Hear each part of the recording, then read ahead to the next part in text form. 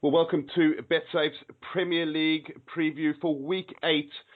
Plenty of thrilling fixtures to look forward to after the international break. And joining me now is none other than Harry Redknapp. Harry's going to share his thoughts ahead of Week 8 of the Premier League and give his top tips for BetSafe customers. Harry, great to have you on board. Dom, good talking to you. Harry, international break, of course. Premier League Week 8 kicks off this weekend. However, we have to get your opinions on England's last two games. Lots of talking points, of course. Wayne Rooney being left out of the starting for the Slovenia game last night, and of course Gareth Southgate's first two games in charge. What did you make of these? Yeah, two games? It was a difficult start. I mean, I couldn't sit here and say it was that they were fantastic performances. Especially last night, I felt that Joe Hart really, he kept us in the game with some fantastic saves. So there's a lot of work to be done still. But I mean, I'd like to see Gareth get an opportunity to do his job full time. There's not that many candidates about at the moment. So I hope he does well, and I hope he ends up getting the job. But it's, we've all got great expectations, as you know, and I'm one of them. I think we've got fantastic players, but for some reason, putting it all together has been our problem when it comes to tournaments. Hopefully we can, I'm sure we'll qualify again, but it's what we do when we actually get to Russia that will be the big test. The big talking point, of course, last night was Wayne Rooney playing off the bench, so to speak, making way for Eric Dyer, who had a tremendous Euro Championship. Gareth Southgate made it perfectly clear this was a selection reason why Wayne was left on the bench. And, of course, Wayne Rooney has dealt with it thoroughly professionally in front of the press. What did you make of that whole situation? Yeah, I mean, it was a difficult one. To be fair, Eric Dyer hasn't been in the form this year, Don, that he'd been in last season. He's nowhere. He's not even in the Tottenham team at the moment. When Yama's come into the team at Tottenham, and Dyer's found himself on the bench. So, whereas last year he looked like he was full of confidence, got in the England team, was probably one of our star players, for the fair part of last season, and also in the Euros, he was one of the successes of that tournament. There weren't that many, but he was certainly one of them. But at the moment, his form seems to have dipped a bit. But Rooney's a great professional, and I still feel Rooney's got a part to play. But again, Rooney needs to play. He needs to get back in the Man United team, and he's not going to be content sitting on the bench. I think that's going to come to a head in the, another 3 or 4 or 5 games. Rooney's not going to be happy sitting around not playing. He's a boy that loves to play football. That's what makes him what he is. And I think that if Mourinho doesn't see him being good enough to get in their team, in my honest opinion, Wayne would be better off then, I think, come January, looking to go somewhere. And I think a big club, he could go there and change a big club around. He's that type of guy. Give him a new challenge for 2 years, one of the top 6 teams. And if I was a manager of a top 6 team, he'd be a player that I'd certainly look at and look and bring him into my club. Well, that was actually a question I was going to ask you around the Liverpool-Manchester United chat that we were going to have, but you've gone ahead and said that. I mean, if you were Wayne Rooney, of course you made it perfectly clear what you think he should do. What sort of club would you target, style of football-wise, one of the big London clubs? I think he's a player. Dom, there's been players in the past, going back over the years. Someone's took somebody who people think, he's coming to the end of his career, or but that you can get 2 years out of him. I did that quite a bit when I was at Portsmouth. I took people like Teddy Sheringham and Patrick Berger. They came to the club, being top players, and Paul Merson and people like that. And I got a couple of years out of them, and they changed the football club around almost. And I still think Rooney is a player that one of the big clubs, could take him and he could come in and push them on to give them that extra edge to maybe even an Arsenal or somebody like that. I'd be at Chelsea. I'd be looking at a Rooney and thinking, this fella could come in and he's such a leader. He could make the difference to us for 2 years. And I think that he maybe needs a new challenge as well. So maybe, if he's not going to play at Man United, he's certainly not going to be happy sitting on the bench seeing his contract out. He's not that type of lad. Well, I mean, Wayne Rooney, for me, in my opinion, very unfair criticism in his direction. He's been a splendid player for many, many seasons. Yeah. I still feel he's got a career ahead of him, certainly at the highest level, international level. And let's watch the space. Let's see what happens in the transfer window. Yeah, it'll be interesting, yeah. Well, let's talk. I mean, withdrawal symptoms, Harry, wall-to-wall footballers. I know how you like to spend your weekends nowadays. And, of course, not much of that Premier League stuff going on the last 10 days or so, but it's back for week 8. And we're going to reflect on some of the fixtures, Harry. Chelsea, Leicester, Man United, Man City, beg your pardon, Everton, your old Spurs team doing exceptionally well at the moment, and the big one on Monday night, Red Monday, as they're describing it, Liverpool versus Manchester United. Let's talk first Chelsea versus Leicester. Two very talented teams, two tremendous Italian managers, but two teams that have been a bit erratic this season. Yeah, I mean, I thought Chelsea this year. Chelsea were my outside bet almost. I know it seems strange calling Chelsea an outside bet, but, you know, after last season, you know, their performances were poor, middle of the table. But I thought this year, Conte coming in, you know, 1 or 2 signings, I thought they could really push. They had a couple of terrible results, but they bounced back last week at Hull, away from home, got a good win there. And I can see them beating Leicester this weekend. You know, I think Chelsea, they'll finish top 6 again, but, you know, whether they're capable at the moment, and then, as I say, the last couple of performances against a couple of the big teams have sort of dampen my enthusiasm about them winning the Premier League this year. I think the best they can hope for will be a top 4 finish, but that's not going to be easy. But I do think they'll be there or thereabouts. Well, Harry's leaning towards a Chelsea win at Stamford Bridge this weekend. 7-2 favourites with BetSafe, a draw 33-10. Leicester 49-10. Chelsea to win 3-1, 19-2, and Leicester to surprise everybody with a 2-1 win, 31-2, and a 2-2 draw at 14-1. Some really good facts here. Diego Costa didn't have the greatest of seasons last year, but 13 shots on target, Harry, so far. 6 goals, a shooting accuracy of 72%. A good bet potentially for first goal. Yeah, he's in great form at the moment. Costa looks like he's back to his very best. He's been a big plus this year for Chelsea. His movement has been fantastic. And he looks like he's concentrating on playing football rather than having fights with the opponents all game, which I felt last year he seemed more like interested in having aggravation during a game, picking fights all over the place. This looks now like he's getting back to playing and more concentrating, all his concentrations on how he plays the game rather than, say, you know, upsetting opponents and getting the yellow cards every week. He's had a few yellow cards, we know that, but he always will do. But he certainly seems to be more focused on his football this season. Always a good bet to get the first goal, in my opinion. Well, a very intriguing match. Those odds aren't available yet on BetSafe, but you can find them on betsafe.com, more than likely on Thursday. We also have a triple chance, Chelsea versus Leicester. Hazard, Silmani or Nemanja Matic to score first. That'll be a boosted price and available as well. Manchester City versus Everton, another intriguing matchup between two tremendous managers. And, of course, City coming off the back of their first loss of the season to your old Spurs. Yeah, I mean, Man City, I think there was lots of, you know, it was an interesting game in the Tottenham game with Man City in lots of ways because Tottenham pressed them high, made the goalkeeper, you know, they almost set traps and said, go on, pass it out from the back, pass it short. As soon as they played the ball, Tottenham steamed in, they pressed them high, swarmed all over them and forced them then, the keeper, to kick it long. And, you know, if you look at Man City, they haven't got a man that they can hit up front with a long ball for a 50-yard kick from the back. Aguero is a tiny centre-forward, obviously.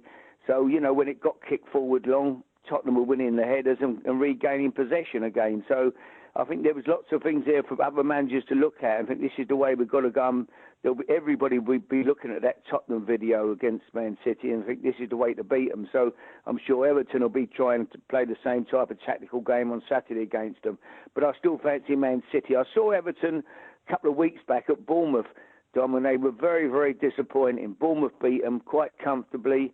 And I thought Everton really, I was expecting a big performance from Everton, but it never arrived. And their last few performances have been a bit iffy. They started well. They went to Sunderland, had a convincing win on a big TV game, and I thought, yeah, they looked the part this year. But I'm not so sure now. I think Man City will be too strong for them. 7-15 at the Etihad for the City win, which has been a fortress for them this season. Everton 59-10, the draw 15-4. Do you reckon there'll be a few goals in this one, Harry? Yeah, I'm sure they will. I still think Man City defensively are not the best. You know, they are vulnerable. Company nowhere near fit, I don't think, still, which is a blow. I mean, you know, when the lad just seems to have injury after injury through no fault of his own, it's such a shame.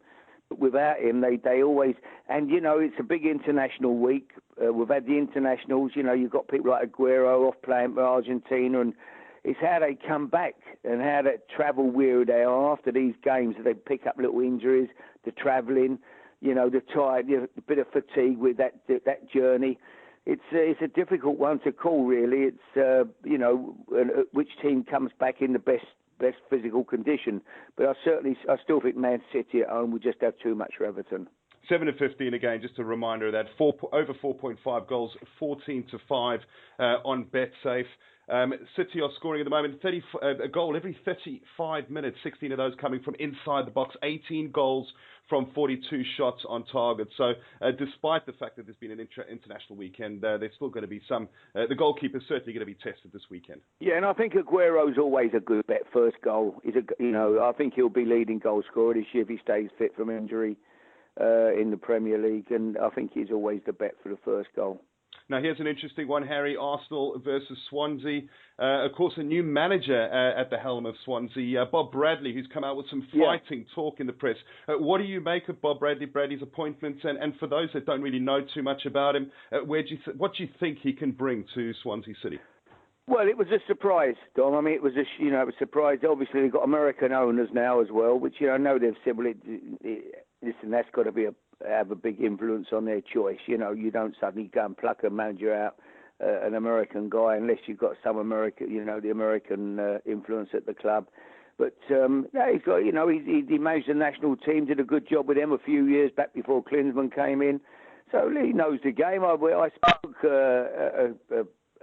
in Norway at a convention of coaches there, and he was on as well. Bob Bradley certainly speaks a good game, talks a good game. So it'll be interesting to see how he does. But I think, Arsenal are going along nicely at the moment. They're going, they're a little bit under the radar this year. Everybody's sort of, but, they're bang there again, and they're looking strong. I think Wenger made a couple of good signings in the summer, and he's got his players in good shape and good form at the moment. So I think Arsenal are going to be too strong for Swansea, and I think Arsenal, again, they're another team that I wouldn't write them off from the winning the Premier League this year. They're one of the the 3 or 4 teams that have got every chance of being champions this year. And that's 13-2 with BetSafe for Arsenal to lift the Premier League title. A bit of a baptism of fire, of course, for Bradley, his first game against a side that's going for a 6th consecutive win. A potential first goal scorer in Theo Walcott could be a good bet. He leads the way with 11 shots on target, 3 goals so far. Sanchez has a conversion rate of 29% as well, 4 goals from 9 shots. Any one of those two could be a good bet. Yeah, I mean, Sanchez, again, has been off playing for Chile in World Cup qualifiers, and it's just, as I said earlier, it's just what kind of physical condition he comes back in after a couple of games for his country. But Walcott was disappointing last night. I was disappointed in Walcott's performance for England, although his performances for Arsenal so far this year have been excellent. His performance last night was I thought was way short of what he needs to do if he's going to be a regular in the England team. But he can score. He makes great runs in off the line. And he's always a possible goal scorer. But I think if Sanchez comes back and he's fit to play, which he should be, I'd go with Sanchez as first goal scorer. Well, Monday night, what a Monday night. Liverpool versus Manchester United, an unbelievable rivalry in the history of top-flight football in England, of course. And Liverpool going for a 5th consecutive win following their 2-1 win over Swansea. United were held last time out, a 1-1 draw by Stoke. I mean, you must be really looking forward to this one, Harry. It's always a great game, Tom. I've been to an awful lot of them games. I think that is the fiercest rivalry up there, There's no love lost between Liverpool and Man United, that's for sure. So that's going to be a great atmosphere. And, Anfield under lights is, that crowd, the passion, is just going to be amazing. And I think I'm in Everton. I'm in Liverpool's camp that night. I've got to be truthful. I think that the only problem for Liverpool, they've got 1 or 2 injuries to key players suddenly in midfield, So Lallana looks like he's going to be missing, and that's going to be a loss. He's been in good form, but I still think that going forward, I think they're dangerous. They've got fantastic attacking players. Sturridge is back again, fit, So Sessin, they look to me like they might just. I slightly favour Liverpool at home. I think they've got enough to win the game. And if you're looking at that slightly favouring Liverpool, Harry's choice there, 11 to 10 with BetSafe. And Jurgen Klopp, typical attacking manager. We saw that before with Dortmund. 18 goals from 49 shots his team has delivered, a conversion rate of 21.2%. So one expects to see Coutinho and certainly Firmino peppering that Manchester United goal at Anfield on Monday night.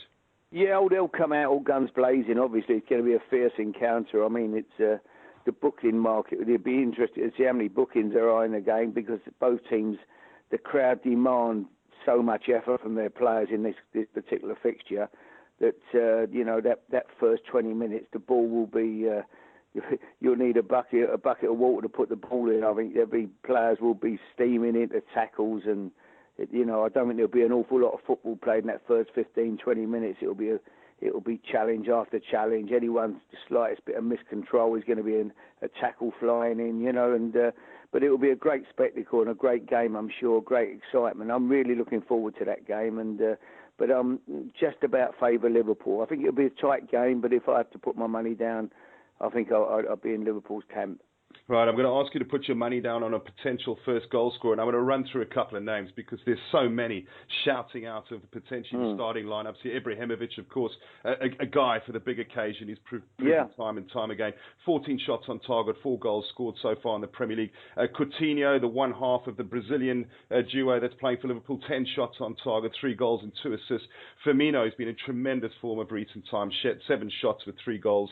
Lallana, of course, is going to be missing, which will be a big loss for Liverpool on Monday night. Paul Pogba back to form midweek as well for his country. A goal potentially from there. I mean, out of that group of quality players up front, which one do you reckon is going to score first, Harry? Well, as you say, the two Brazilian boys at Liverpool are both potential goals. If I'm going with Liverpool, then I would, possibly go with one of them. And I always think you've got to look at the penalty taker one as well. There's every chance you might well see a penalty in this game. So, Zlatan obviously he takes the penalties for Man United, so that makes him an interesting player, as well as the ability to score in open play. He gets the penalties as well, so he'd have to be on your shortlist. But as I'm tipping Liverpool, maybe Firmino would be a bet. He's got, as you say, got 3 goals already, and I think they're going to get opportunities at the two little Brazilian lads for Liverpool, and he could be a bet.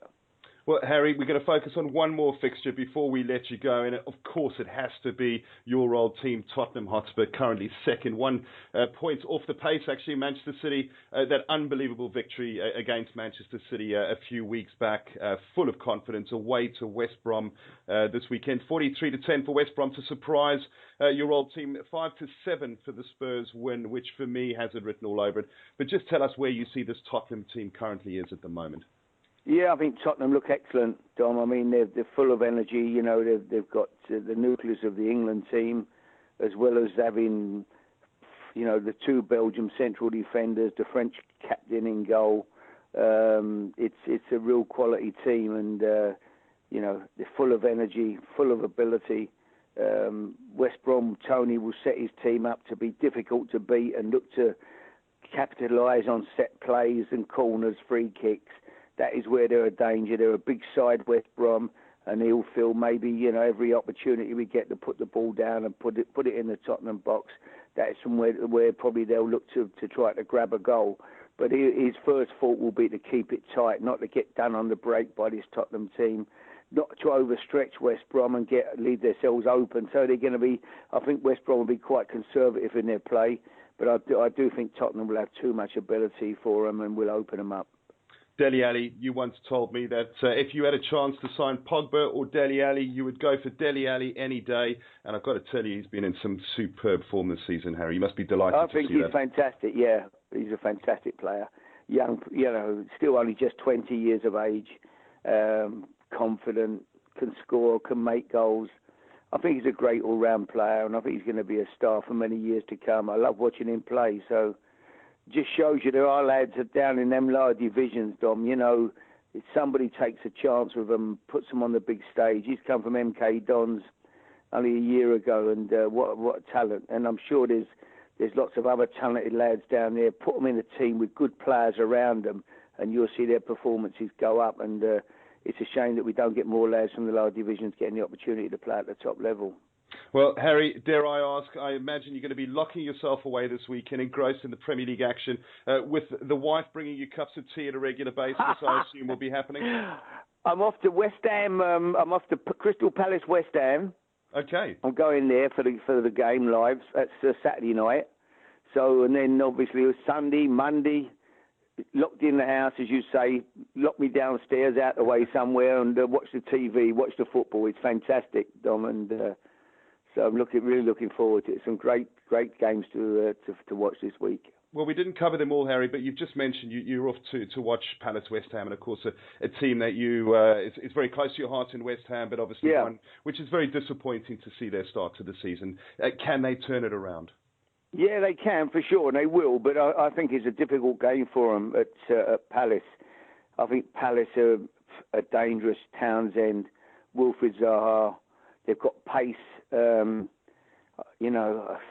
Benteke on the back of his goals this week for Belgium. I've got a feeling, that Palace will be again. I think West Ham are going to be in for a difficult day, and I could see Palace beating them. How do you lift your players, Harry, as a manager that's probably been through this many times in your career? How do you lift your players that are on a losing run when you know they're a very talented bunch of individuals? Well, Slaven's got to find a way. He's got to find a way of lifting himself. I looked at him on TV the other day, and he looked very low. So I don't think he's got to lift himself. And he can't go into that dressing room looking down or feeling sorry for himself. He's got to go in there and be very, very positive about everything, and put that belief back in the team, convince them that they are the best players. He's got great players, and that come on, lads, we this is a game where we go out and we show everybody today what we're made of. A few people have been knocking us lately.